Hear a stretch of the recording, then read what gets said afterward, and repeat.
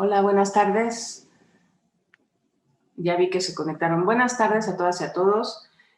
Vamos a dar inicio a nuestro ciclo de conferencias, presupuestos para la prevención y atención de la violencia con perspectiva de género y de derechos humanos. Les habla Angie Villanueva, soy directora de Igualdad, Diversidad y Derechos Humanos, y a nombre del alcalde Miguel Hidalgo, Víctor Hugo Romo de Vivar Guerra, les doy la más cordial bienvenida. Hoy corresponde al panel 6, Acciones estratégicas para prevenir y combatir la discriminación por orientación sexual e identidad de género, derechos humanos, salud y VIH. Nos acompañan esta tarde Lolkin Castañeda, constituyente de la Ciudad de México, Gloria Davenport, ciudadana transexual, feminista y autora, y vamos a disculpar a nuestro otro ponente que ya no nos va a poder acompañar el día de hoy, Enrique Torre Molina, activista y consultor LGBT, fundador de Colmena 41, quien tuvo que viajar por un tema familiar de emergencia y no nos puede acompañar en esta tarde. Le quiero dar la más cordial bienvenida a nuestras dos invitadas, a nombre de la Unidad de Igualdad, Diversidad y Derechos Humanos y de todo el personal que colaboramos en la Alcaldía Miguel Hidalgo, especialmente del alcalde Víctor Hugo Romo de Vivar Guerra. Les recuerdo que este ciclo de conferencias se lleva a cabo gracias a la consultoría de Ruth Veneroso Rivera y su equipo, que nos están haciendo una gran labor al publicitar y convocar a estas reuniones. Tengo como ponentes, como ya le dije, a Lolkin Castañeda y a Gloria Davenport. Teníamos invitadas en el orden de aparición que iniciara esta conferencia Lolkin, pero nos avisa Gloria que tendría que irse. No sé si tengas algún inconveniente, Lolkin, en permitir que Gloria dé inicio con la conferencia y cerrarías tú. ¿Estás por aquí? ¿Me escuchas?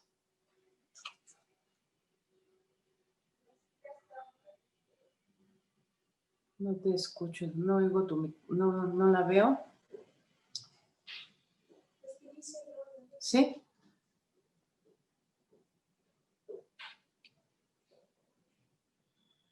Sí, aquí está ya conectada Lolkin, pero la veo sin... Hola.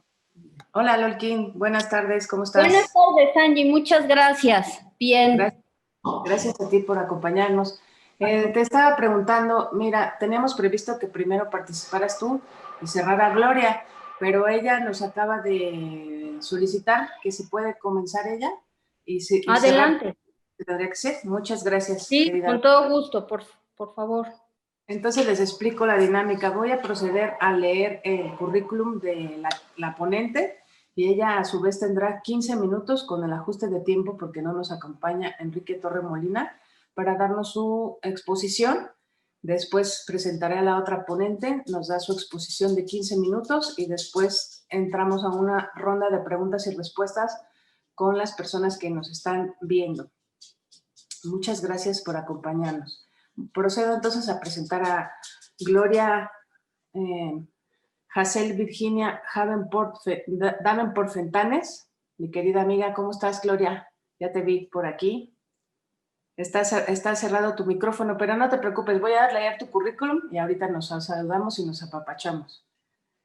Gloria Hazel Virginia Davenport Fentanes es una mujer transexual, escritora, periodista, primera vicepresidenta de la mesa directiva del primer Parlamento de Mujeres del Congreso de la Ciudad de México, presidenta saliente de las Comisiones de Derechos Humanos y Protección a Periodistas del primer Parlamento de Mujeres del Congreso de la Ciudad de México, fundadora de la colectiva Las Constituyentes CDMX, feministas, y coordinadora general del Movimiento Feminista de Mujeres Diversas. Autora del libro Periodismo contra la Transfobia, Elementum Editores del 2016, y del ensayo Democracia TTT Trans del Instituto Electoral de la Ciudad de México en 2020. Sus estudios, a ella le gusta solo se enuncien los realizados con su identidad de género femenina y en universidades públicas. Ha tenido un diplomado en especialidad en Derecho a la No Discriminación del Instituto de Investigaciones Jurídicas de la UNAM en 2005. Es el primer certificado emitido por la UNAM, reconociendo la identidad de género social de una persona trans. Cuenta con un diplomado de especialidad de diálogos y estudio de género, Facultad de Filosofía y Letras de la Universidad Autónoma de Nuevo León, Monterrey, en 2011.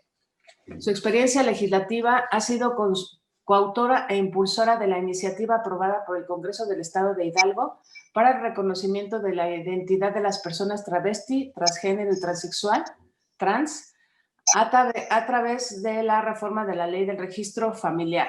Es coautora de la iniciativa ciudadana aprobada para la inclusión de las poblaciones travesti, transgénero y transexual en la Constitución de la Ciudad de México, presentada por las constituyentes CDMX feministas. Es coautora de la iniciativa para la creación del Instituto de la Diversidad Sexual y de Género de la Ciudad de México, presentada por el exdiputado de Morena, Néstor Núñez, y actualmente en comisiones Asamblea Legislativa de la Ciudad de México en 2017. Es consultora ciudadana en la Comisión de Grupos Vulnerables de la Asamblea Legislativa del Distrito Federal para la desjudicialización del proceso de rectificación de nombre y género en el acta de nacimiento para las personas transgénero y transexuales del Distrito Federal en 2014. Asesora en la reforma a la Ley General de Salud del Distrito Federal para la inclusión de los tratamientos psicoterapéuticos y de reemplazo hormonal para las personas transexuales en 2008. Asesora en la reforma del registro civil para el reconocimiento de la identidad sexogenérica de las personas trans, fracción parlamentaria del Partido Socialdemócrata, Asamblea Legislativa del Distrito Federal en 2008. Su experiencia laboral relevante, después de asumir la identidad de género, productora y conductora del programa de feminismo por internet Tiempo de Leonas, por Ventana Pública de 2016 hasta la fecha, consultora independiente en Derechos Humanos, Género y Sexualidad 2009 a la fecha, coordinadora de Derechos Humanos, Consejo Nacional de Profesionales y Estudiantes de Psicología, CONAPEP 2015 hasta la fecha, fundadora y cofacilitadora en la práctica regional de ciudadanía transgénero en la Escuela Nacional de Trabajo Social ENS UNAM de 2014 a 2016 y jefa de organizaciones de la sociedad civil en CENSIDA de 2006 a 2009. Actualmente acaba de ocupar un cargo en el estado de Hidalgo, ya nos va a platicar de eso ahorita nuestra querida Hazel Gloria Virginia Davenport Fentanes. Bienvenida, Gloria, te escuchamos. Hola, buenas tardes. Gracias por la invitación. Gracias por el detalle de la compañera Lorquín de permitirme entrar con mi participación, porque como dicen, tengo que retirarme. Pues mira, yo creo que el problema más grande que estamos enfrentando en este momento con lo que tiene que ver con los derechos ciudadanos, yo pienso hablar de ciudadanía plena directamente, es que hemos visto cómo de alguna manera los ejes de poder simbólicos que conocemos como patriarcado han tomado unas dinámicas sumamente curiosas. Yo podría decir ahora que estamos en la 4T. Hemos visto cómo efectivamente grupos y movimientos que tradicionalmente habíamos peleado por la inclusión, por tener espacios políticos y espacios de desarrollo social, han comenzado a ser resignificados. Y eso es algo que de alguna manera llama mucho la atención, sobre todo cuando estamos hablando de poblaciones disidentes. Y aquí sí me refiero concretamente al tema de las poblaciones trans, por ejemplo, ¿no? Que hemos visto que nuestra historia prácticamente ha sido una historia de confrontación directa. Yo diría desde el Stonewall, cuando la rebeldía de la diversidad sexual, que lo que llevaría posteriormente al famoso orgullo lésbico gay, surge precisamente de una rebeldía de compañeras trans. En esa época eran llamadas como dragas, ¿no? Y pudimos ver cómo directamente fueron dentro de la población trans, podríamos llamarlo travesti en aquel momento, fueron las minorías, como en el caso de Silvia Rivera, que era puertorriqueña, o Marsha Johnson, que era pues afrodescendiente, ¿no? A partir de ahí se ha dado una lucha constante por lo que viene siendo los derechos de las personas trans, pero también para llamarnos como somos, a visibilizarnos como quienes somos. Y que ha tenido precisamente como primera barrera de contención, yo diría, lo que vienen siendo ciertas inercias normadas de la famosa...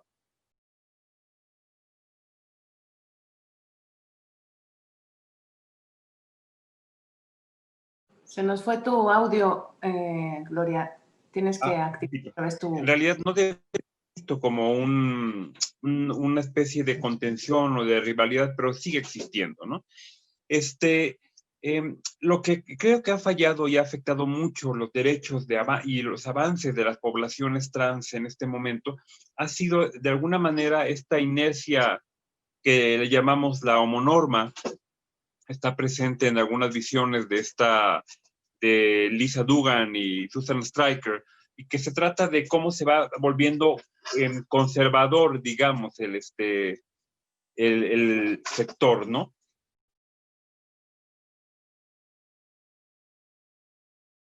Otra vez le apretaste al micro.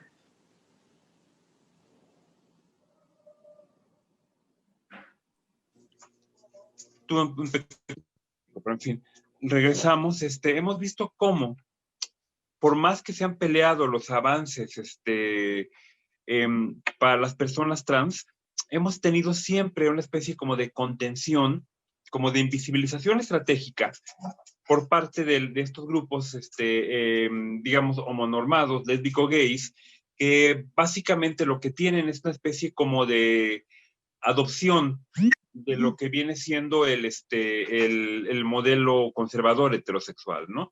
Así hemos visto cómo lo que hubiera sido la lucha por los derechos de la diversidad sexual, enarbolados primeramente por estos dos sectores, se ha ido girando mucho al tema, por ejemplo, del matrimonio, como si todas las personas de la diversidad sexual estuviéramos preocupadas por casarnos, que si nos damos cuenta, el matrimonio, el casarse en sí, es una inquietud que viene desde lo que parte la visión de la heteronorma tradicional, ¿no? Finalmente es bueno que se cuente con el matrimonio, es bueno que se tenga este derecho, porque desgraciadamente el patriarcado y el capitalismo se han encargado de que a través del matrimonio sea la única manera en la cual se le puede dar a una persona derechos plenos a su pareja, lo cual de alguna manera desde una visión incluso de rebeldía socialista debería de acabar, ¿no?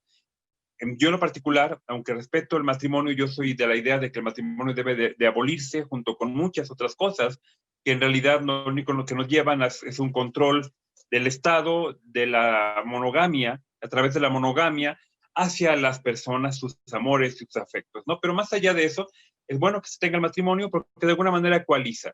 ¿Qué es lo que está pasando con el tema de las personas trans?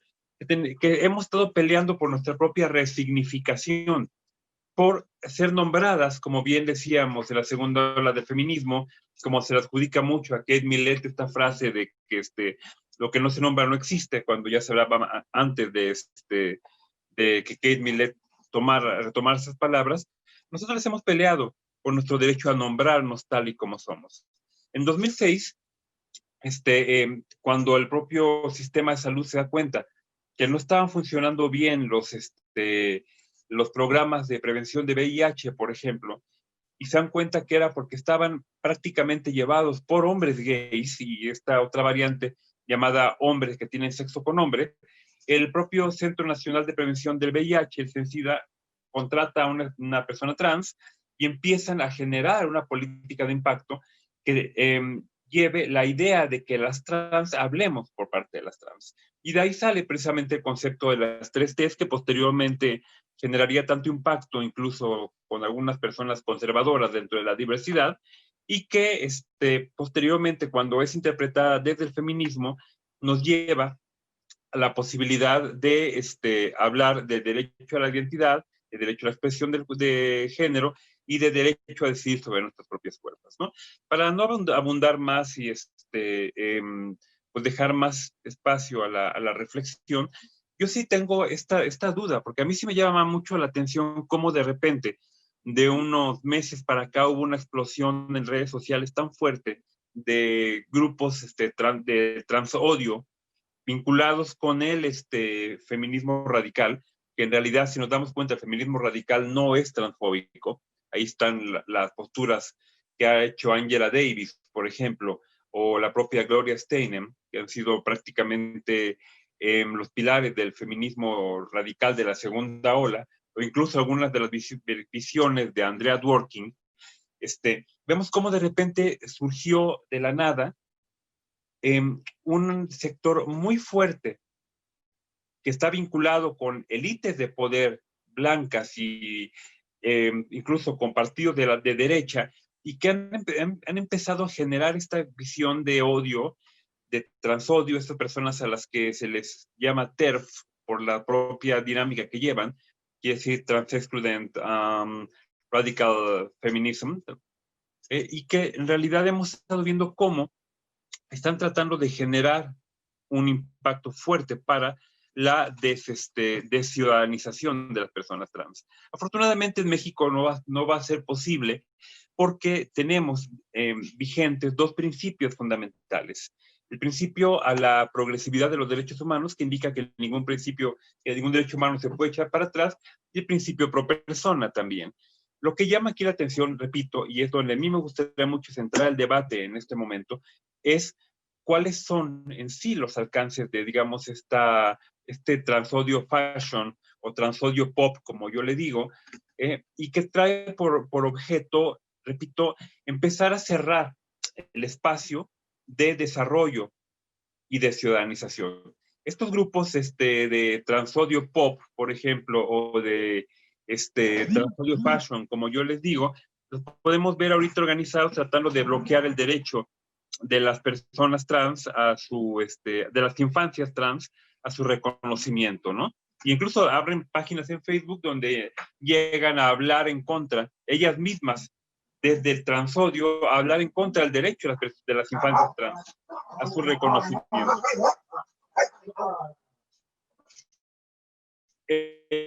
El otro punto que también llama la atención sobre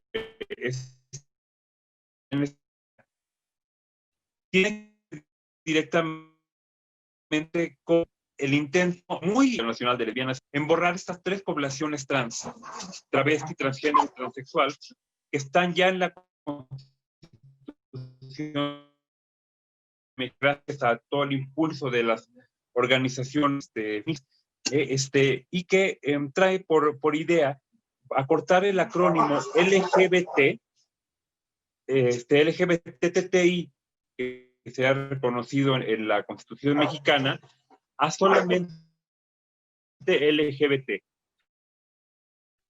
con argumentos de que a nivel internacional las tres no existen, ¿no?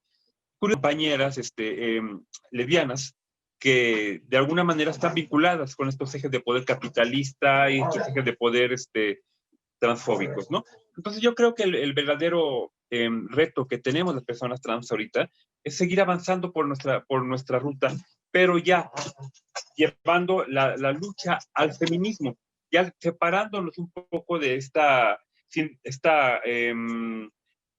homonorma lésbico-gay, que repito, tienden un poco a invisibilizarnos o hacernos una especie de mansplaining, yo le digo el terfplaining, que es cuando de repente ellas llegan y nos dicen, ok, nosotras en la ILGA no reconocemos a las tres T's, aunque ustedes digan que lo son, nosotras no las reconocemos, ¿no? Cuando de repente llegan y dicen, nosotras no queremos que haya derecho a las identidades de las personas trans, y peor aún, curiosamente, que es donde yo creo que aquí viene el humor negro británico, tomando en cuenta que J.K. Rowling es británica, este tema de que de repente surge una escritora capitalista, burguesa, blanca, de derecha, que ha plagiado obras, como el caso de The Worst Witch de Jill Murphy. De repente Rowling, a través de Harry Potter, llega y nos empieza a decir que las mujeres trans no existimos, y empieza a hacer incluso movimientos para quitar derechos a las personas trans de entrar incluso a un baño, por ejemplo, ¿no? Y las compañeras feministas que se asumen como radicales le hacen caso a esta mujer blanca, burguesa, y por otro lado, desprecian la postura de Angela Davis, que fue una de los baluartes y de los arranques del feminismo radical, una escritora, activista afrodescendiente, que fue incluso considerada por el gobierno de Nixon en los 60s la mujer más peligrosa del mundo, y que tenía que dar conferencias en la ONU protegida por cristales antibalas, ¿no? Yo creo que con esto empezaría mi postura. Voy a tratar de quedarme todo el tiempo posible en este debate para que me gustaría escuchar a la compañera Lorquín, pero yo sí creo, repito, que tenemos que girar hacia la izquierda, que no es gratuito que en este momento en el cual los discursos de control y de clasismo y fascismo que se están colocando tan fuertes, creo que es cuando más tenemos que girar a la izquierda. Es cuando más tenemos que romper estas ideas de dependencias simbólicas a un orden capitalista, a un orden, yo diría, totalitario, desde la homonorma, y que, repito, nos ha llevado a que muchos de nuestros derechos sean vistos a través de un espectro normalizante que lleva no solo el tema del matrimonio, como incluso el tema de la transnorma. A nosotras, cuando de repente nos pegamos a los concursos de belleza, o los hombres trans quieren entrar a los ejércitos, que también es su derecho, pero que finalmente es lo mismo, normativas, que creo que es lo que tendríamos que confrontar. Muchas gracias. Muchas gracias a ti, Gloria. Me parece muy importante aspectos de lo que estás comentando. Yo creo que no debemos perder de vista nuestro objetivo para las conferencias. Tenemos que ir hacia allá como acciones estratégicas para prevenir y combatir esta discriminación de la que estás hablando por orientación sexual e identidad de género. Yo ya he platicado contigo en algunas ocasiones y pienso que sí es diversidad identitaria, ¿no? Precisamente, no diversidad de género, pero bueno, ya habremos de compartirlo en otros espacios y me parece muy bien. Vamos a escuchar, me parece muy bien que te quedes lo más que se pueda, a ver si podemos participar en la ronda de preguntas y respuestas y escuchar a nuestra siguiente ponente, que es la diputada constituyente de la Ciudad de México, Lolkin Castañeda. Bienvenida, Lolkin, otra vez, de parte de todas nosotras, que sabes que te queremos. Es clienta frecuente de la alcaldía de Miguel Hidalgo y de parte del alcalde, precisamente. Un saludo y bienvenida. La diputada Lolkin Castañeda ha sido diputada constituyente de la Ciudad de México, máster en Género y Derecho, Políticas Públicas contra la Desigualdad por la Universidad Autónoma de Barcelona, especialista y maestra en Estudios de la Mujer por la Universidad Autónoma Metropolitana, lesbiana, feminista, defensora de derechos humanos, impulsora del matrimonio igualitario en México y de derechos a la seguridad social para parejas del mismo sexo. Bienvenida, Lolkin, y te escuchamos atentamente. Gracias por tu ponencia. Está silenciado tu micro.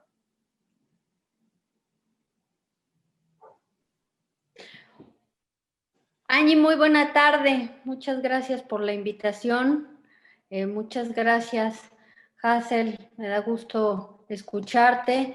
Y bueno, le envío un saludo a todo el equipo de Miguel Hidalgo que están por aquí participando. Me parece que la jornada que convocas, Angie, tiene mucha importancia y yo quisiera enmarcarla en términos de la aplicabilidad de la interpretación de la Constitución de la Ciudad de México, para que de ahí podamos desprender, entender cuáles son estos principios que la integran y cómo se pueden desprender hacia políticas públicas, hacia leyes constitucionales, y cómo además estratégicamente vamos incorporando al quehacer, en este caso de la administración pública en la alcaldía. Yo quiero hacer una capitulación muy rápida. Como hemos logrado avanzar los derechos sociales, los derechos humanos, surge evidentemente a partir de un caso. Cuando ese caso se da a conocer y comienza a haber una organización, nos damos cuenta que en realidad hay muchos casos que se parecen. Y esto, con el impulso de la sociedad civil, entonces se convierte en una causa. Esa causa es la que permite que hagamos un núcleo argumental, de incidencia político en los medios de comunicación, y que entonces podamos dar a conocer cuál es específicamente la problemática que necesitamos resolver. Recuerdo una experiencia, la realidad es que a mí me gusta mucho la experiencia que tienen en Miguel Hidalgo, porque por un lado, pues hay luz verde para atender los programas sociales, ¿no? Para generar realmente desarrollo social.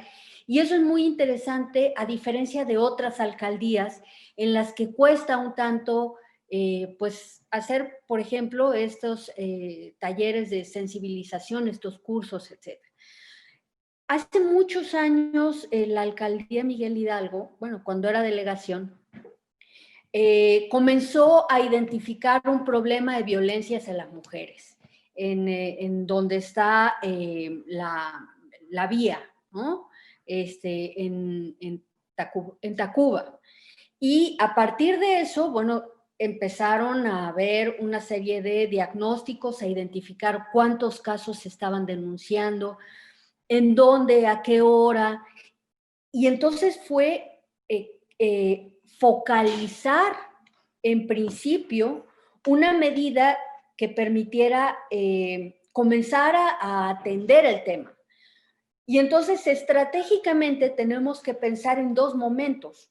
Uno, el de incidencia inmediata, como puede ser, sucedió el año pasado, el Camino Violeta, iluminar algunos senderos, poner incluso estas cartulinas en las tiendas diciendo, si tienes una emergencia, pídenos ayuda, ¿no? A la tiendita de la esquina. Entonces, eso como una primera medida que es para inmediatamente encapsular el problema y luego pensar de fondo qué es lo que tenemos que hacer desde la administración pública para ir al fondo de la problemática y tratar de enfrentarla, ¿no? de atenderla. Bajo esta lógica es que el papel que juega la alcaldía Miguel Hidalgo es un papel muy próximo, muy inmediato, ¿no? Con la gente que vive ahí, y que en algunos casos también hay una atención a población que está fluctuando, pero que en la mayoría es así como se desarrolla. Bueno, teniendo entonces esta problemática general que se convierte en una causa, podemos comenzar a identificar una serie de focos de atención. Uno es, ¿con quién vamos a construir esto? ¿No? En este caso, la alcaldía Miguel Hidalgo, ¿qué tanto pone para repensarse y para hacer esto realidad en la alcaldía? Pero también hay que pensarlo, por ejemplo, en términos legislativos de quién va a llevar una iniciativa, cuál es la argumentación, con quién hay que cabildearla, cómo al mismo tiempo le vamos hablando a un segmento legislativo del gobierno con quien tenemos que ir haciendo todo este trabajo de cabildeo, y con los medios de comunicación. ¿Qué sucede? A veces los temas no están bien entendidos. A veces confundimos un derecho con una, claro. Y entonces sucede que pareciera que nos están haciendo un favor. Y si se trata de hacer un favor, pues yo puedo decirte si quiero o no. Y el curso de los derechos, y específicamente de los derechos humanos, debe de tener otra ruta argumental, de garantía y de aplicación. Entonces, como hemos podido ir avanzando los derechos para personas lesbianas, gays, bisexuales, transexuales, transgénero, travestis, transexuales e intersexuales, ha sido a partir de esta cohesión social y luego irla colocando en el ámbito legislativo para que ahora la tengan ustedes en su normatividad y en sus quehaceres cotidianos. ¿Qué sucede? Yo quisiera comenzar, bueno, con el tema de matrimonio civil igualitario en Ciudad de México, 2009, la primera ciudad en América Latina en haber reconocido este derecho, un derecho impulsado por miles de personas, por casi 190 organizaciones, que además tocó con muy buena comunicación los medios, en fin, que realmente fue un avance muy importante, porque lo que dejó claro es que el derecho al matrimonio igualitario es eso, es un derecho, no obliga a nadie, y nadie plantea tampoco que sea la única urgencia ni la única necesidad. Es un derecho como tenemos que ir avanzando todos los demás, y qué bueno que alguien lo pueda utilizar. De ese avance se desprendió en cascada un avance muy importante porque teníamos una comunicación muy sólida desde un movimiento vivo de LGBTI que permitía avanzar muchísimo. Entonces llega matrimonio, avanzamos, la Suprema Corte de Justicia declara que es constitucional, que ese es otro elemento importante. Luego nos vamos a la seguridad social, al reconocimiento conjunto de hijas e hijos, a los primeros casos de adopción, casos de pensiones de viudez, en fin, comenzamos a darnos cuenta del bien que hacía este derecho. Y en paralelo, el tema de la identidad, el reconocimiento a la identidad de las personas trans.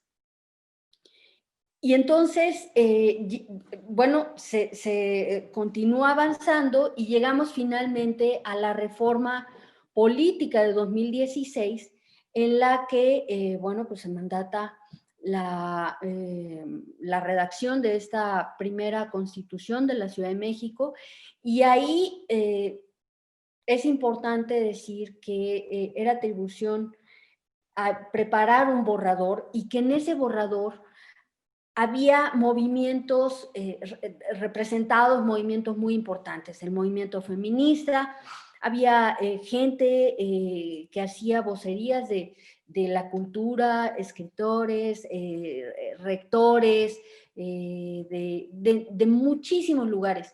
Y uno de esos espacios nos lo dieron al movimiento LGBTI, a mí me hicieron esa invitación, y era entendiendo toda la importancia que tenía este movimiento y lo que hacía falta aún en la Ciudad de México, entendiendo, por supuesto, que la Ciudad de México pues es una isla de libertades, ¿no? A diferencia de cruzar el Toreo y llegar al Estado de México y ya, nada es igual, ¿no? O cruzar Tlalpan y llegar a Morelos, en fin, son escenarios totalmente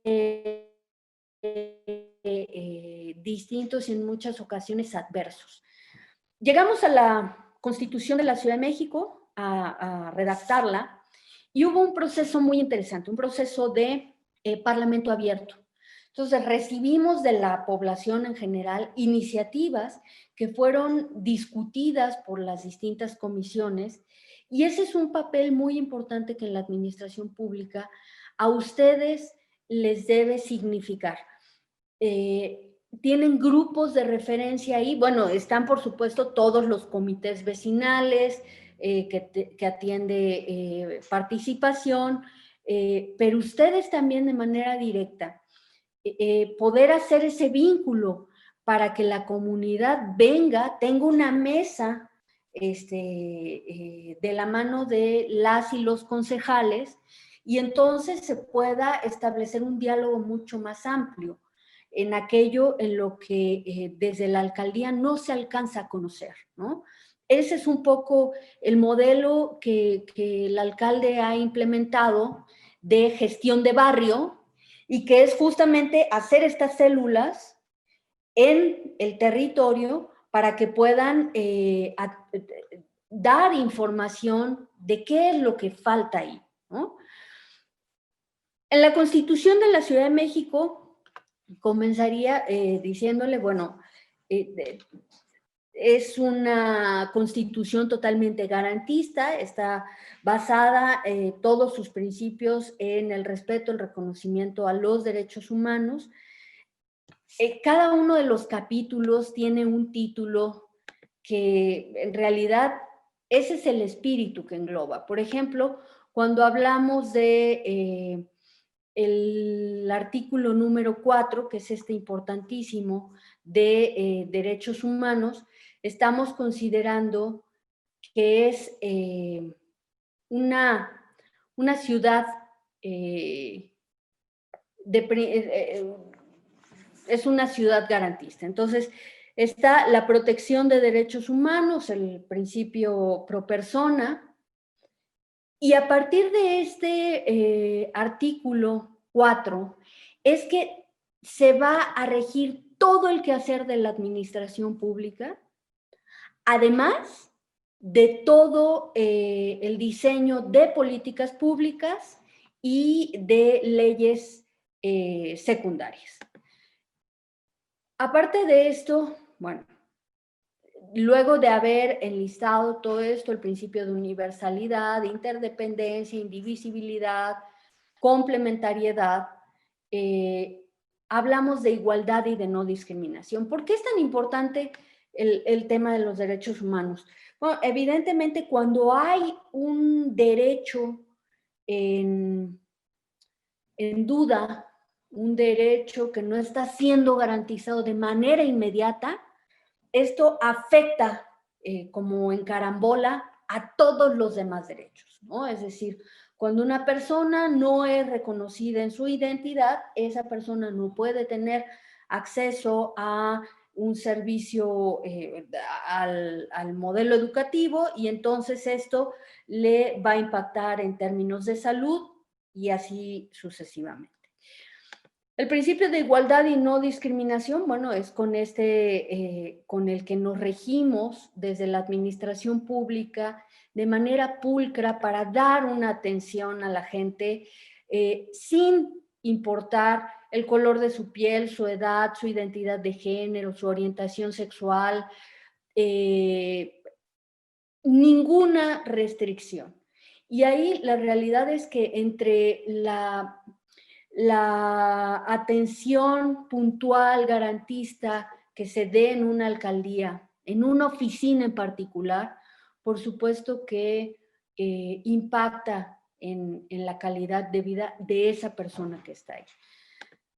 Además de esto, otro de los temas muy importantes de la Constitución es el artículo 6, y fíjense qué hermoso se llama, porque hacia allá es hacia donde queremos construirlo en un par de años, que esto vaya caminando, que esta Constitución vaya tomando forma. Ciudad de libertades y derechos. En esta clave de libertades está el derecho a la autodeterminación, que es a que toda persona pueda decidir su vida, su proyecto de vida. Y ahí, bueno, por supuesto está considerado qué quieres estudiar, si quieres tener una religión o no, qué sucede con tus derechos sexuales, con tus derechos reproductivos, en fin. Es una mirada totalmente amplia que lo que garantiza es que tú, de manera responsable, informada, libre, puedas tener tu proyecto de vida como tú lo decidas y que no haya ningún reglamento o normatividad que te lo impida. Además de esto, otro de los puntos importantísimos en esta ciudad de libertades y de derechos está el derecho a la identidad y a la seguridad jurídica. Ya lo comentaba nuestra compañera Gloria, en el sentido de la importancia que guarda la identidad a las personas trans. ¿Qué sucede? Cuando una persona trans asume su identidad de género, pero no hay una adecuación de los documentos registrales, pues resulta que no pueden armonizar su acta de nacimiento, sus comprobantes de estudios, incluso sostener los derechos laborales que han tenido. Conocemos los casos en donde alguna persona trans ha hecho esta armonización de sus documentos y al momento en el que regresa a su trabajo le notifican que ha sido dado de baja y que si quisiera permanecer ella en su trabajo, entonces sería una nueva contratación y perdería todos los derechos que tiene por años, ¿no? Así de absurdo es. ¿Qué más sucede? Bueno, la identidad es la llave de los derechos, es la llave de la ciudadanía. Y entonces esa identidad debe de estar garantizada ahí, inmediatamente ahí. Solamente en 9 estados de la República esto se puede hacer de manera simple. En el resto de los estados, lo que les dicen a nuestras compañeras, a nuestros compañeros es, pues, o no lo haces o vete a alguna ciudad donde se pueda. Además de esto, y que también toca, es el derecho de las familias. Ojo, aquí me importa mucho hacer una distinción. No estamos hablando del derecho a las familias. Es decir, no estamos pidiendo que nos reconozcan a la familia, que nos den permiso de tener una familia. Lo que estamos diciendo es el derecho de las familias a que el Estado provea y garantice todos los derechos en igualdad. Es decir, debe de tener las mismas garantías el derecho de una madre sola, de una pareja de gays con hijos, en fin, como la composición que tenga. Otro tema muy importante es el de los derechos sexuales separado de los derechos reproductivos. Siempre hablamos de derechos sexuales y reproductivos, como si fuera una continuidad. Hacer esto por separado, y eso es súper importante, ya han empezado este modelo de implementación en la Alcaldía Miguel Hidalgo, y es a mirar de manera distinta cómo focalizamos políticas públicas y cómo focalizamos planes de trabajo específicamente para promover los derechos reproductivos y cómo distinguir, garantizar y promover los derechos sexuales, ¿no? Por separado. Y con eso entender qué es lo que falta. ¿Qué nos está pasando, por ejemplo, en términos del embarazo adolescente? Hay algunas de las colonias, en Daniel Garza, por ejemplo, que tienen un nivel muy alto de embarazo adolescente. Entonces, ¿qué tenemos que hacer en esas colonias específicas y cómo le vamos a entrar, ¿no?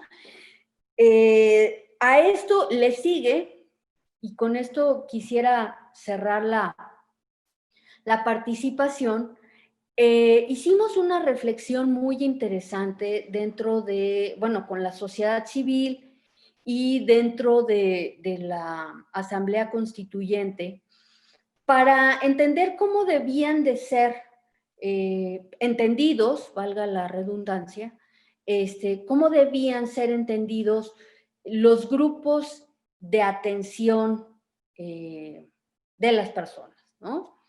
Y entonces ahí decían, bueno, que reconozcamos como grupos vulnerables o como grupos en vulnerabilidad, ¿no?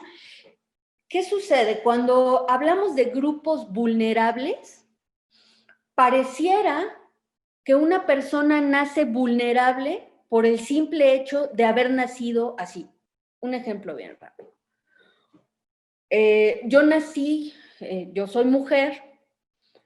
El hecho de ser mujer a mí me colocaría como en esa desventaja, pero no en términos de desventaja social, cultural, en donde el machismo prevalece y a las mujeres se nos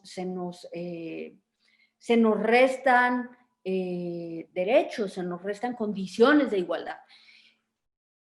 Y no es así. Lo que sucede es que una mujer no nace siendo vulnerable, sino es el contexto político y social el que nos coloca en ese lugar.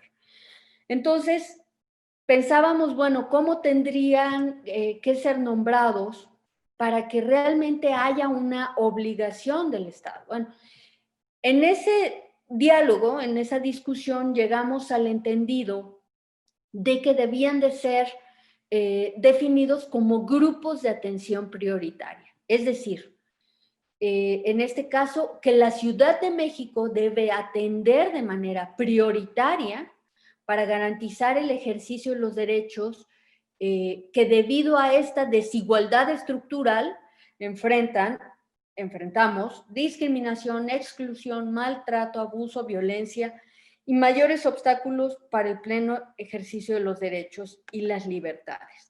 Bajo esa lógica, lo que planteamos desde la Constitución es quiénes tienen derecho prioritario en términos presupuestales, de tiempo, etcétera, para ser atendidos. Y llegamos a mi artículo favorito, que es el derecho a las personas LGBTTI. Entonces dice, esta Constitución reconoce y protege los derechos de las personas lesbianas, gays, bisexuales, transexuales, travestis, transgénero e intersexuales para tener una vida libre de violencia y discriminación. Dice también, se reconoce en igualdad de derechos a las familias formadas por parejas de personas LGBTI con o sin hijas e hijos y que estén bajo la figura de matrimonios. Y este es el mensaje más importante que les deja a la administración pública. Las autoridades establecerán políticas públicas y adoptarán las medidas necesarias para la atención y erradicación de conductas y actitudes de exclusión o discriminación por orientación sexual, preferencia sexual, identidad de género, expresión de género o características sexuales. Desde este principio es que podemos comenzar a desarrollar estas estrategias, Angie, que junto con tu equipo estás pensando y plasmando en el programa de trabajo, y que tendrían que ir así, desde lo más inmediato, que es cómo vamos a recibir a la gente en nuestra ventanilla, ¿Cómo vamos a acercarnos a la vecina, al vecino, a darles una atención? ¿Cómo recuperamos toda la información que está suscitándose, que está generándose en esa colonia para que podamos ir tomándola como ejemplo para nuestro quehacer? La estrategia más importante que nos toca desde el servicio público, la estrategia más importante es, por supuesto, conocer, tener esta sensibilidad, acercarnos a los grupos de referencia, vincular todo el tiempo con las vecinas, con los vecinos. ¿Y por qué es tan importante vincular con las organizaciones de referencia? A veces creemos que podemos tomar la experiencia a título personal, y en ocasiones no tenemos todo el conocimiento ni todas las referencias que el bienestar, que la vida de las personas requiere. Entonces, de pronto es importante ir escuchando estas necesidades, estos requerimientos, ponerlos en una libreta, reunirnos estratégicamente y de manera periódica para ir escuchándonos, para saber qué necesitamos como equipo para fortalecernos, para capacitarnos, para tener mayor sensibilidad y poder realmente garantizar en paralelo todos los derechos que desde la alcaldía tenemos pues, pendientes, ¿no? Muchas gracias, Angie. Muchísimas gracias, Lolkin, por tu exquisita explicación. Fíjate que también soy gran fan de la Constitución de la Ciudad de México. Yo no pude participar directamente porque estaba en el servicio público, en la entonces Dirección de Igualdad, Diversidad, la dirección de, la de HITS, ya no me acuerdo ahorita cómo se llamaba, de Igualdad, Diversidad. Dirección General de Igualdad y Diversidad Social. Sí, y tuve el honor de ser directora en un refugio para mujeres que viven violencia familiar y sus hijas e hijos. Y antes de, bueno, durante el proceso de construcción de la Constitución de la Ciudad de México, claro que hicimos llegar nuestras aportaciones y alguna vez dimos una exposición también ahí. Sí se tomaron en cuenta algunas de las cuestiones que nosotras observábamos, pero fíjate que todavía en esa época, o sea, un poquito antes de 2017, había gente que me preguntaba, ¿y recibirías una mujer trans en un refugio, una mujer lesbiana, cosas por el estilo? Entonces, la Constitución de la Ciudad de México, como bien lo explicaste, nos da muchísima luz en muchos de estos temas, pero sobre todo es clarísima, ¿no? Tiene en los mismos artículos que tú mencionaste, a mí el que más me gusta es precisamente el artículo 11, que habla de grupos de atención prioritaria y cómo desde el lenguaje empezamos a construir otro pensamiento, otro actuar y otro tipo de cuestiones, porque a veces la gente quiere mejorar su conducta y sin cambiar su pensamiento, y no, pues es al revés, pero el pensamiento lo vamos haciendo a través de palabras, de muchos avances que se han dado en estos temas. Sobre el matrimonio igualitario, igual a mí me encanta, soy súper fan, porque tengo muchos años estudiando temas de violencia y discriminación contra las mujeres, y algún avance que se daba, por ejemplo, en la legislación civil, cuando no se reconocía a las familias de las personas heterosexuales que no estaban casadas, se dio el término este de concubina y concubinario, cuando hacer la propia distinción de esta palabra le daba como una potestad más amplia o de pertenencia al concubinario. Poco a poco se fue cambiando el término, ahora en el Código Civil, pobrecito, sigue diciendo concubinario, pero todas las personas litigantes y juezas ya decimos concubino también. Entonces, si no se protegía las personas del mismo sexo que se aman o como quieran llamarlo y se van a vivir juntas, pues no se les reconocía este tipo de uniones y todo el mundo sabemos miles y miles de historias de personas, de parejas del mismo sexo que juntaron su vida, que se hicieron más felices el uno a la otra, que se ayudaron a soportar las cargas de la vida y al final cuando enviudaban no podían acceder a los bienes de su compañero o su compañera del mismo sexo, o sea, no los podían heredar, no les daban ningún reconocimiento como lo que fue en vida. Y pues este mundo está constituido sobre cosas muy arcaicas y el matrimonio a veces no lo podemos comprender, pero pues es una institución del derecho desde Roma en el cual se le daba distintos derechos a personas que lo constituyeran o no. Para el caso de las personas del mismo sexo sí constituye un avance. Por ejemplo, cuando se empieza a reconocer en el derecho civil que las concubinas tenían similar derecho, así decían, es equiparable al matrimonio, cuando ninguna de las dos partes de la pareja estuviera casada con otra persona. Y así, el avance en el Código Civil precisamente es donde yo más lo veo. Ha tenido desde hace 20 años muchos pasos hacia adelante y en contra de la discriminación, desde que ya no se llaman hijos e hijas naturales, desde que ya no se llaman, desde que las personas y las niñas y los niños tienen derecho a tener los dos apellidos de la persona que los reconoce, desde que las concubinas o el concubinato se equipara al matrimonio, cuando se establece el matrimonio del mismo sexo, también ayudó a personas que no pertenecen a esta diversidad sexual, porque se empieza a descubrir que si tienen hijas e hijos, les pueden poner el apellido de cualquiera de las dos integrantes de la pareja, siempre y cuando si tienen muchos más hijas e hijos con la misma pareja tengan el mismo orden de los apellidos.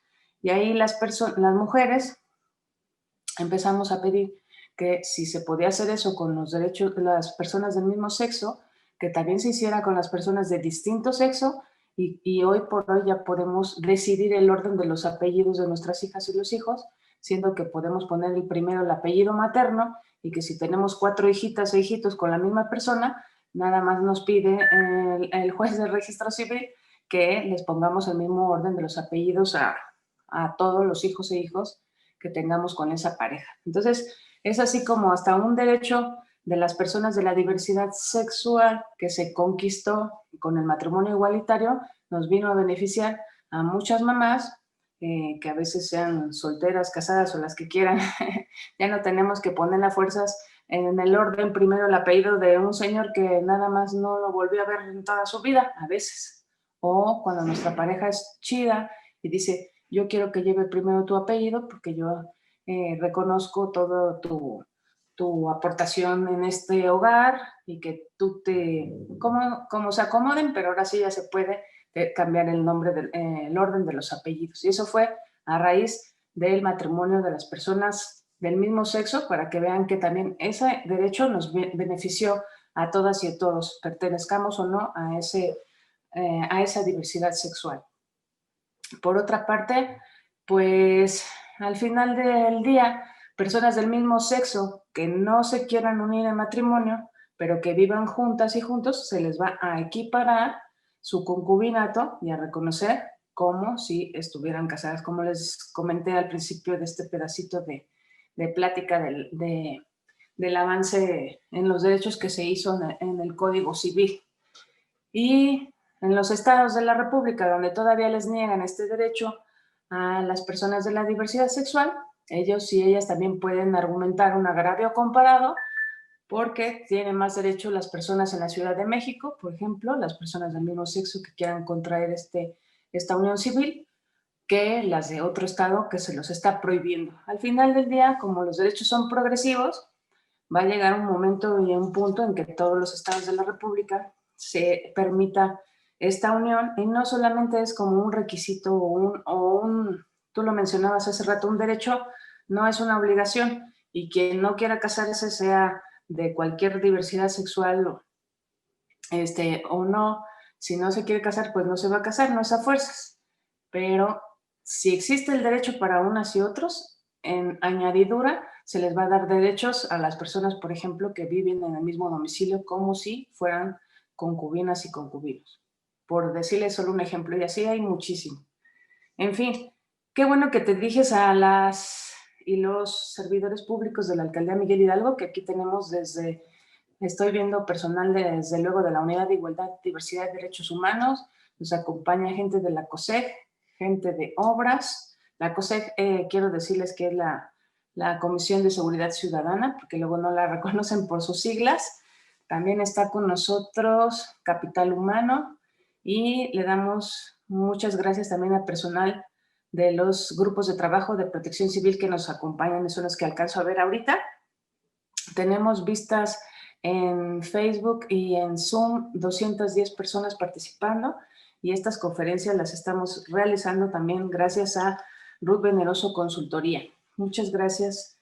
Y por aquí, ratito o al final de los conversatorios, también vamos a poner personal de otras instancias de gobierno que decidieron acompañarnos a todo el ciclo completo de conferencias. Muchas gracias.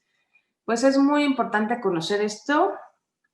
Quisiera en este momento abrir la ronda de preguntas y respuestas de parte de la gente que nos acompaña en Facebook y en Zoom. Si tienen alguna duda que nos pudieran contestar nuestra invitada Lolkin Castañeda o bien Hazel Gloria Virginia Davenport. Si tienen alguna duda o conmigo también, les leemos y con todo gusto esperemos escuchar a nuestras grandes ponentes para que les resuelvan sus problemas.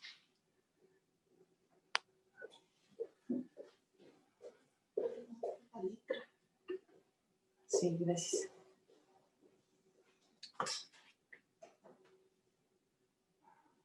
Aquí una persona nos pregunta que cuánto tiempo legal se estipula el concubinato. Para personas de diferente sexo, con que la persona esté embarazada y vivan en el mismo domicilio, ya se toma en cuenta como concubinato. Y por añadidura o por equiparabilidad, les digo que pueden ser entre 2 y 5 años una persona del mismo sexo. Yo así lo haría, como jueza o como litigante. Yo invocaría o pediría que se equipare a matrimonio o que se reconozca como concubinato una unión del mismo sexo si tienen 2 años viviendo en el mismo domicilio.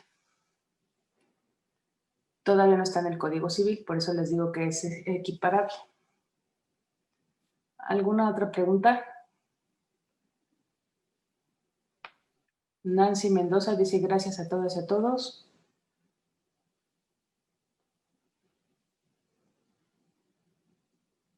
Creo que ya no está Gloria en el panel. No sé si tengan una pregunta solo para Lolkin. Yo estoy segura que, aparte como servidoras públicas, les estaba compartiendo que a mí me preguntaban, ¿y tú recibirías a una persona trans o una persona lesbiana en un refugio? A veces nos preguntan, ¿y si la persona viene vestida de mujer, pero su credencial para votar dice un nombre de hombre, ¿no? ¿Cómo la tengo que tratar? Pues no sé si ahora ya les hice la pregunta a ustedes, a ver si alguien de ustedes me quiere contestar. ¿Cómo le harías tú, Lol?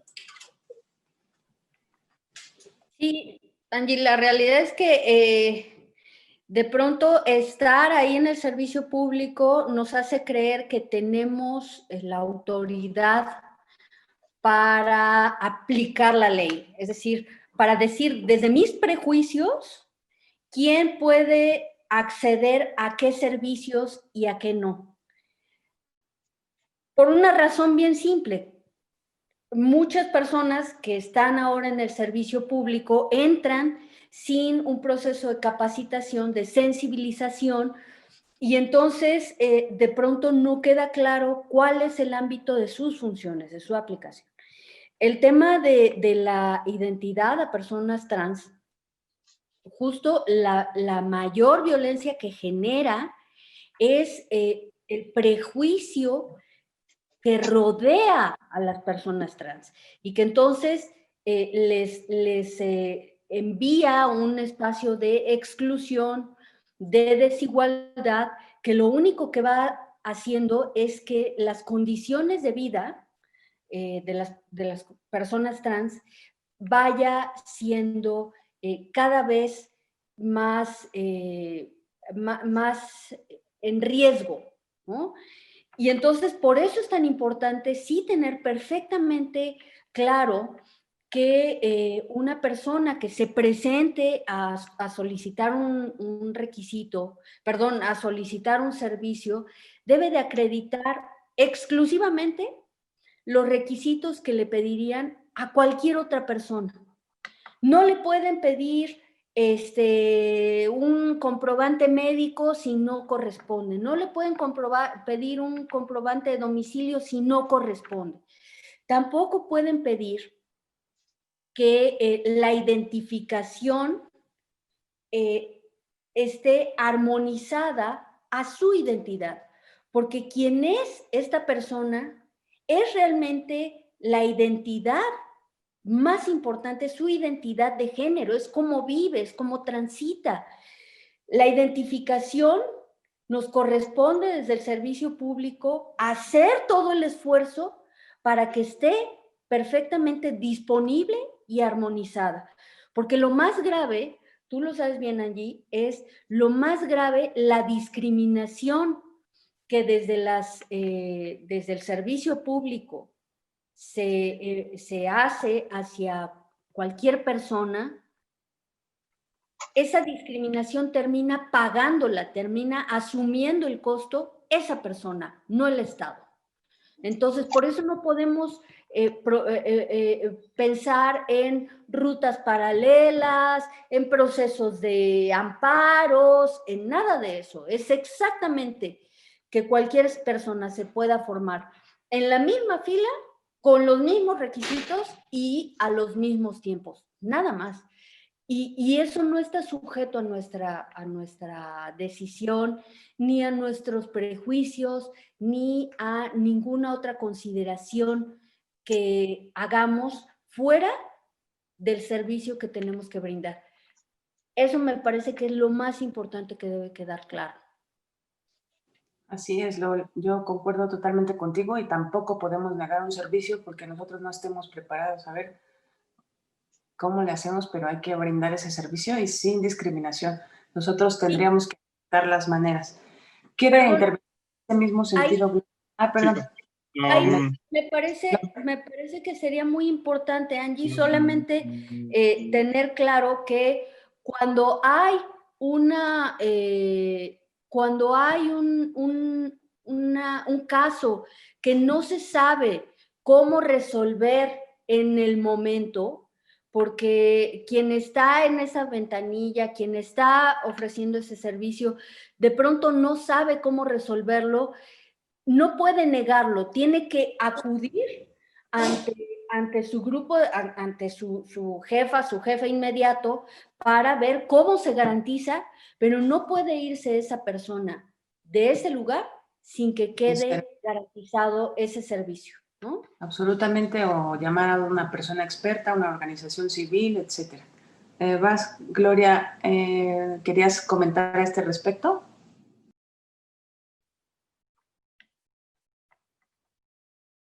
No se escucha. No se escucha. Está sin micro, Gloria. Hay que abrir el micro. A ver, ¿ya? Ya. Mira, yo creo que es muy importante también que cuando se habla de poblaciones en situación de vulnerabilidad, porque yo creo que está bien que hablemos de atención prioritaria y todo eso, pero en ocasiones el lenguaje, el eufemismo puede borrar la realidad. O sea, está bien que se hable de que sí es cierto, que somos personas que estamos en situaciones de prioridad, pero tampoco hay que borrar y olvidar que en un momento estamos en un sistema que se encarga de vulnerabilizar a las diferencias. Y repito, yo no puedo apartarme de mi visión como feminista, y es las cosas se tienen que nombrar. Lo que no se nombra no existe y hay un proceso de vulnerabilización a las personas. Y eso tiene mucho que ver también por hablar en nombre de otra persona, lo cual es muy grave. Yo considero que puede haber muy buena intención, por ejemplo, en el tema este que se habló sobre el tema, sobre lo que pasa con una persona trans cuando necesita un refugio o algo así. Pero creo que para eso hay que escuchar también lo que decimos las personas trans, ¿no? Porque sabemos muy bien que es muy bonito llegar con esta carta de buenas intenciones y decir, bueno, es que esto debe hacerse y no debe hacerse así, cuando en realidad estamos enfrentando una cantidad tremenda de violaciones y agresiones, incluso microagresiones, como yo diría, como el hecho de que te tuerzan la boca, por ejemplo, que te hagan cualquier grosería, que incluso te quiten la posibilidad de hablar por tu propia población. Las personas cuando requerimos ir a un refugio, es porque estamos en una situación grave. Ya se conoce a través precisamente de este tema de las 3 Ts y todo lo que hemos avanzado, que existe el concepto de la identidad social también. Hemos hablado también de que una persona trans que en un momento dado no haya hecho la rectificación del acta de nacimiento, por ejemplo, pero que tiene ya una vivencia de género, tiene que ser atendida. Entonces yo creo que sí es cierto, es muy bonito hablar de esto, pero se tienen que hacer campañas directamente. Se tiene que sensibilizar a la población.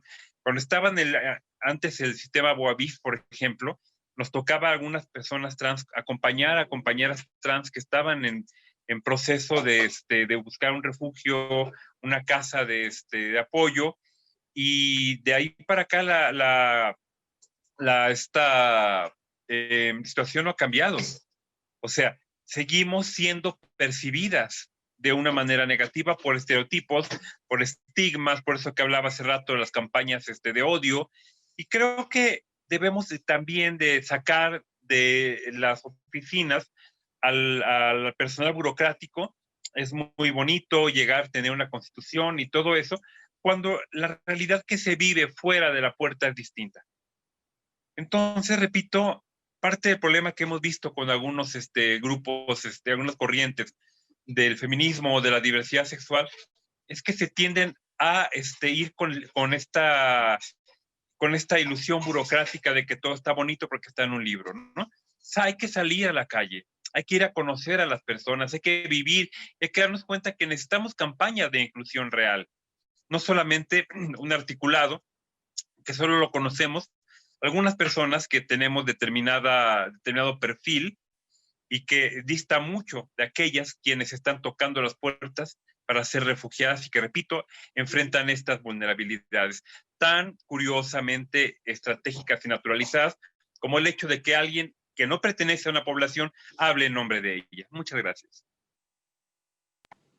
Sí, lo peor del caso es que somos pocas personas las que estamos capacitadas y luego brindas la atención con tu libro, con tu capacitación y de todos modos no les parece, ¿no? Eso sí, también ya no podemos hacer más al respecto. Yo creo que, por ejemplo, yo tengo 22 años atendiendo comunidades y a todo tipo de mujeres en cualquier estrato social y sí me puedo pues llenar la boca de decir que he atendido mujeres transvestis, transgéneros, transexuales y sobre todo transvestis, porque era con lo que empezó este movimiento en mi época, ¿no? Desde que empezamos a recorrer estas calles, porque son personas que no viven en la farándula, no viven en foros de derechos humanos, no viven en el Senado de la República, ni en la Cámara de Diputados, sino que están atendiendo en una peluquería en una colonia como Santo Domingo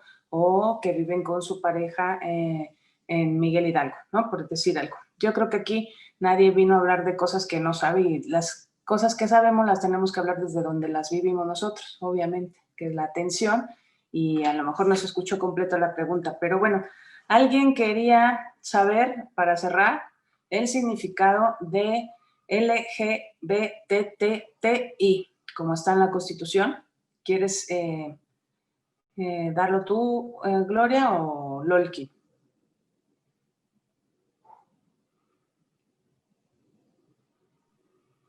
como ahora sí parte de estas poblaciones y como impulsora de las 3Ts, pues creo que es bueno ubicarlo, ¿no? Las personas LGBTTI son las personas como que formamos parte de las poblaciones y de las comunidades lésbica, gay, bisexual, travesti, transgénero, transexual e intersexual, ¿no? Y como dije hace rato de no hablar por otras poblaciones a las que yo no represento, yo solamente podría hablar en este momento de la población bisexual, que es a la que formo parte, que somos personas que tenemos la capacidad de amar y de sentirnos atracción física, sexual, emocional o amorosa por personas de uno u otro sexo o de ambos sexos. Y las personas travestis, transgénero y transexuales, que somos las que nos han querido borrar directamente y sistemáticamente del acrónimo, seríamos más bien, tratando de resumir, las personas travestis, aquellas personas que asumen la expresión del otro género. La persona transgénero, aquella persona que asume la expresión del otro género, pero asume la identidad también.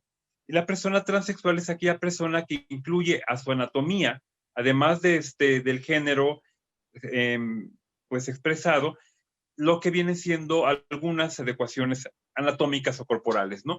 Pero dejemos en claro que cada una de estas tres poblaciones tiene los mismos derechos y sobre todo que la persona transexual no necesariamente tiene que pasar por una modificación genital. O sea, las personas transexuales también podemos decidir cómo, cuándo y hasta dónde llevar nuestros propios procesos de adaptación anatómica. Muchas gracias. Está muy bien. Lol, ¿quién quieres agregar al respecto para explicar qué significa LGBTTI? Por favor. Claro que sí, Angie. Bueno, es lesbianas, que es las mujeres que se relacionan sexoafectivamente con otras mujeres, gays, que son homosexuales, que son hombres que se relacionan sexoafectivamente con otros hombres, personas bisexuales que tienen esta capacidad, esta posibilidad, esta plenitud de relacionarse sexoafectivamente, ya sea con un hombre o con una mujer. Las personas travestis, bueno, ya lo comentó Gloria, las personas transexuales y transgénero, justamente son estas personas que tienen, que asumen una identidad de género distinta a la de nacimiento, ¿no? En este caso, y las personas intersexuales justamente tienen una genitalidad que ha sido definida desde el momento del nacimiento y en muchas ocasiones de manera arbitraria. Y entonces, bueno, esa es la principal agenda que tienen las personas intersexuales, que no tengan una asignación médica sin que pase por un proceso social, cultural, de acompañamiento, etcétera, y que sean ellas, llegado el momento, quienes puedan decidir, ¿no?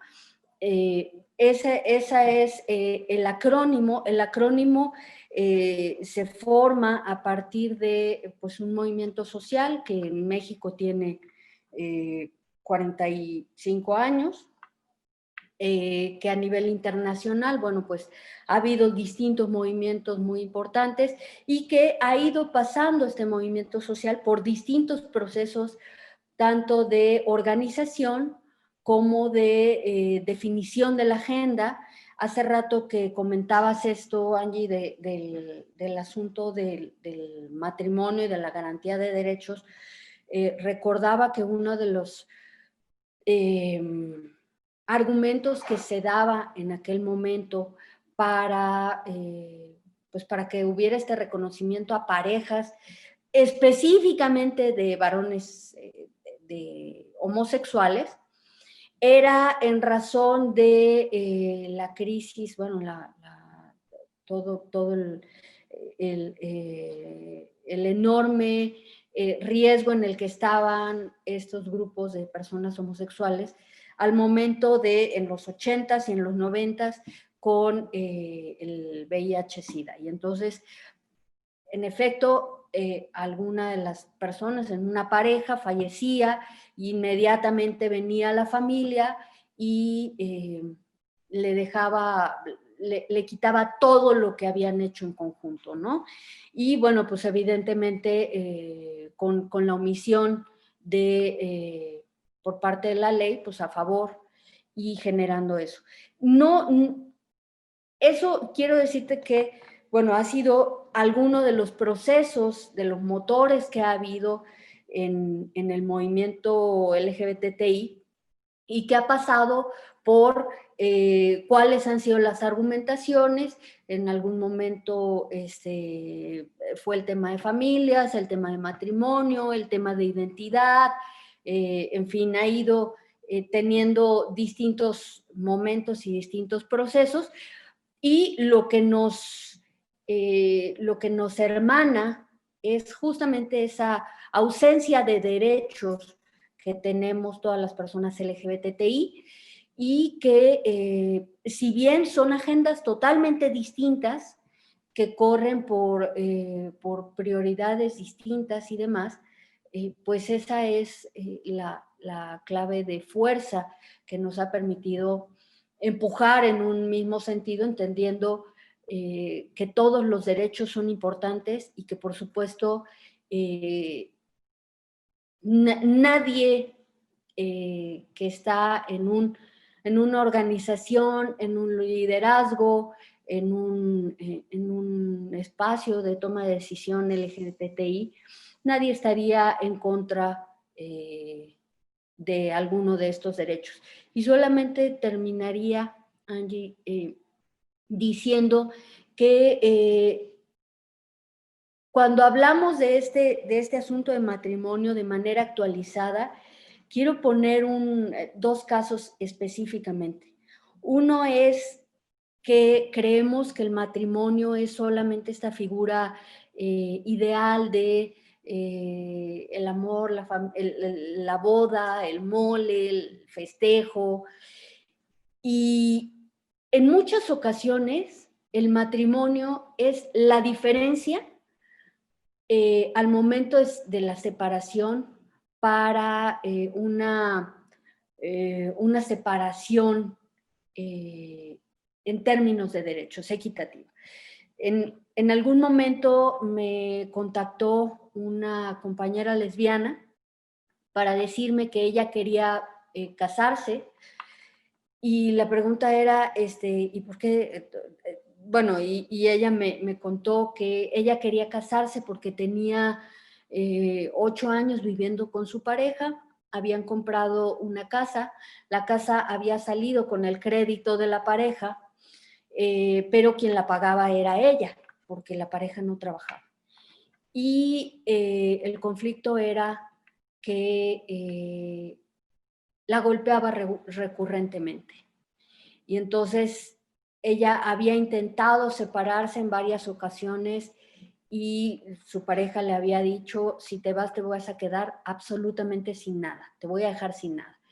Y esa era la razón por la que quería casarse. Y déjame decirles que si ella hubiera estado casada, la separación hubiera sido realmente con base en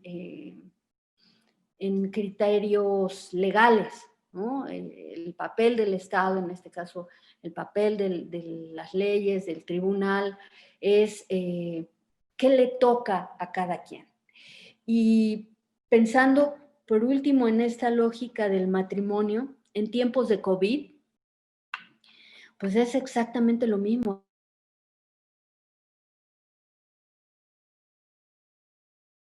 Se apagó tu micro, Lolki. Hay parejas que no tienen ese reconocimiento de matrimonio y que en este momento que ha sido la crisis, la pandemia,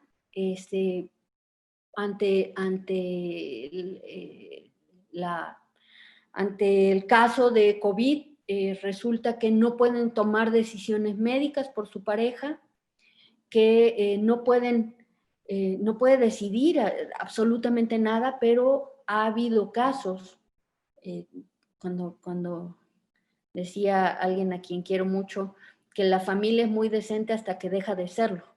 Entonces, al momento de que falleció su pareja, pues vino aquella familia que tan decentemente se había portado a dejarle absolutamente en la calle. Entonces, me parece que ni este ni ninguno de los otros derechos es frívolo. Estamos hablando de eso, de calidad de vida, ¿no? Entonces, pues hacia allá tendríamos que pensarlo, y es así como se conforma una agenda amplia LGBTI que pasa por distintos temas, por distintos ejes de derechos, que además es transversal y que pues debe de convocarnos de manera urgente a garantizarlo.